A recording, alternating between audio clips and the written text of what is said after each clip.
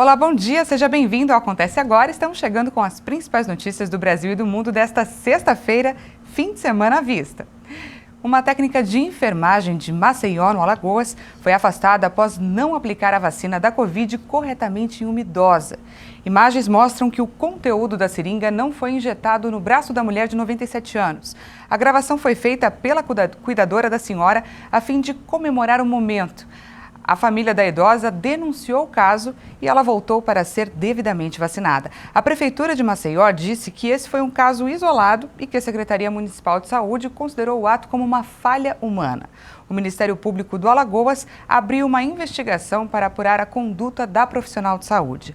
A determinação agora é que todo profissional de saúde deve mostrar a seringa cheia antes da aplicação e vazia após o procedimento. Nos destaques internacionais, o vazamento de um produto químico que aconteceu em uma fábrica do setor agroalimentar, perto da cidade americana de Atlanta, deixou ao menos 6 mortos e 9 pessoas feridas. O acidente ocorreu em uma fábrica da Prime Park Foods, especializada no processamento de aves, localizada em Hall County, a 80 quilômetros de Atlanta. O vazamento do produto químico não causou explosão e os motivos do incidente ainda estão sob investigação. Foram pelo menos 6 mortos e outras 9 pessoas ficaram feridas. Os primeiros indícios são de uma linha de nitrogênio que teria se rompido dentro da instalação. Tivemos a sorte de evacuar imediatamente 130 membros da equipe para um local seguro. E o secretário-geral da ONU, Antônio Guterres, recebeu ontem a primeira dose da vacina contra a Covid. O secretário-geral das Nações Unidas, Antônio Guterres, recebeu nesta quinta-feira a primeira dose da vacina contra a Covid-19. Meu apelo é para que todos aproveitem as oportunidades existentes e sejam vacinados o mais rapidamente possível. Expresso minha gratidão à cidade de Nova York por ter incluído funcionários e diplomatas da ONU em seu programa de vacinação. Guterres recebeu a vacina em Nova York, sede da ONU. A aceleração das campanhas de vacinação para conter o novo coronavírus, que já matou 2,2 milhões de pessoas, é uma preocupação global. E aqui no Brasil, o desemprego registrou a segunda queda seguida no trimestre terminado em novembro. Apesar da baixa, cerca de 14 milhões de brasileiros permaneciam desempregados. As contratações de fim de ano, principalmente no comércio, contribuíram para a redução da taxa de desemprego no país entre agosto e novembro. Segundo o IBGE, essa foi a segunda queda seguida de 2020, ficando em 14,1% no trimestre encerrado em novembro. A taxa foi a mais alta para esse período desde 2012.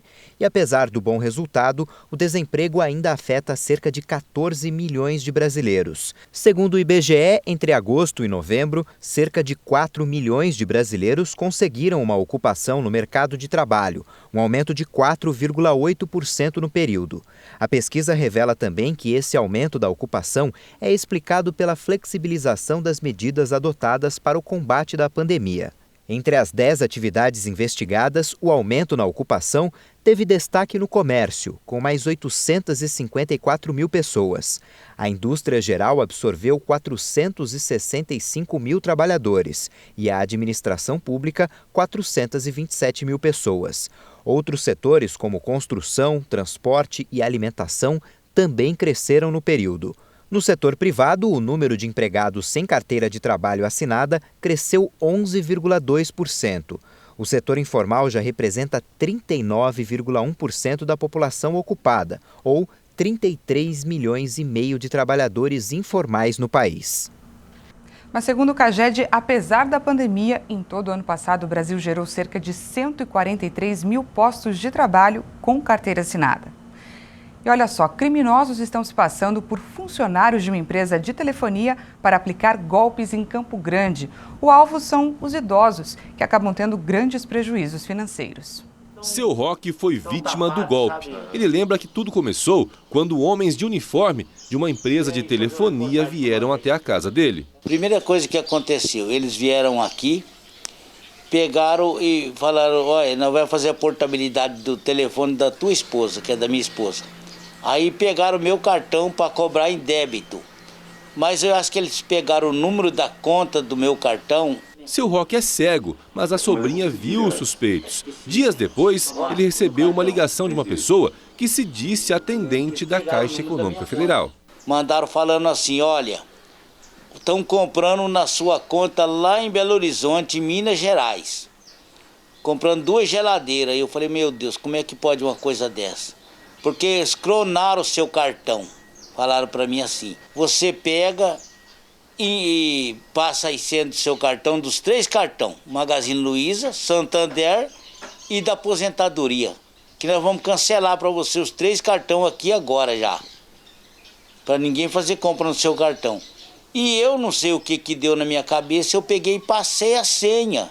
Seu Roque comenta que foi feita uma lavagem cerebral nele. Além da senha, por telefone o golpista ainda disse que alguém viria buscar os cartões. Foi o que aconteceu. Com o cartão e a senha, a fatura mostra que foram pagos boletos num total de R$ 3.500. Só depois o aposentado conseguiu bloquear.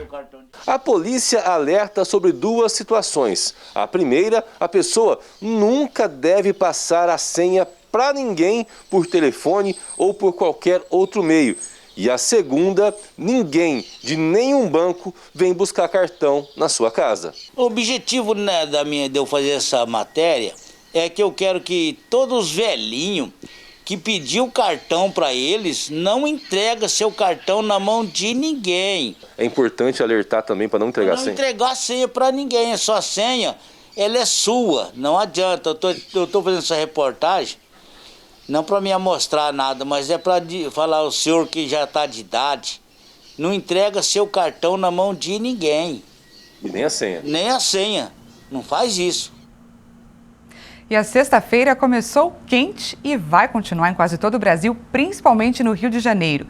E o risco de chuvas fortes, aquelas de verão no finalzinho da tarde, aumenta. Vamos conferir como fica a previsão do tempo para todo o país. A sexta-feira ainda será marcada por tempo bastante instável em áreas do sul do país e do sul de Mato Grosso do Sul por causa do fluxo de umidade que vem da região norte do país. Há alerta para temporais a qualquer hora no extremo norte gaúcho e no centro-oeste dos estados de Santa Catarina e Paraná, assim como na região de Ponta Porã, na fronteira com o Paraguai.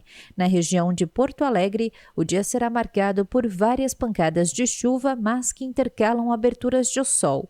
As pancadas de chuva serão muito isoladas apenas entre a tarde e a noite, como é bem típico de verão, na região de Florianópolis, em Curitiba, na maioria das áreas de São Paulo, inclusive na capital, e também sobre as 4 capitais da região centro-oeste. O tempo continua firme em grande parte do sudeste, com destaque para o Rio de Janeiro, que terá calor extremo. O tempo também deve ficar firme em áreas do extremo norte paulista e no Vale do Paraíba.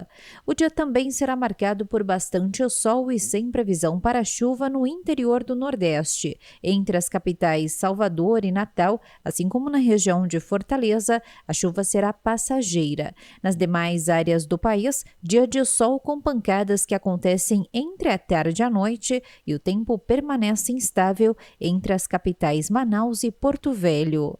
Em Brasília, a mínima de 16 graus faz 20 graus pela manhã em São Paulo e 18 graus em Curitiba. A temperatura máxima chega a 31 graus em Salvador, 33 graus em Belo Horizonte e a máxima chega a 41 graus no Rio de Janeiro. E essa edição fica por aqui, mas eu volto às 11 da manhã com uma matéria sobre a dificuldade que muitas pessoas encontram na hora de fazer um teste para a Covid via plano de saúde. Quem aí já passou por isso? Mas você sabia que as operadoras são obrigadas a cobrir esse tipo de exame? Já já você confere os detalhes. Eu volto em menos de 1 hora. Te espero!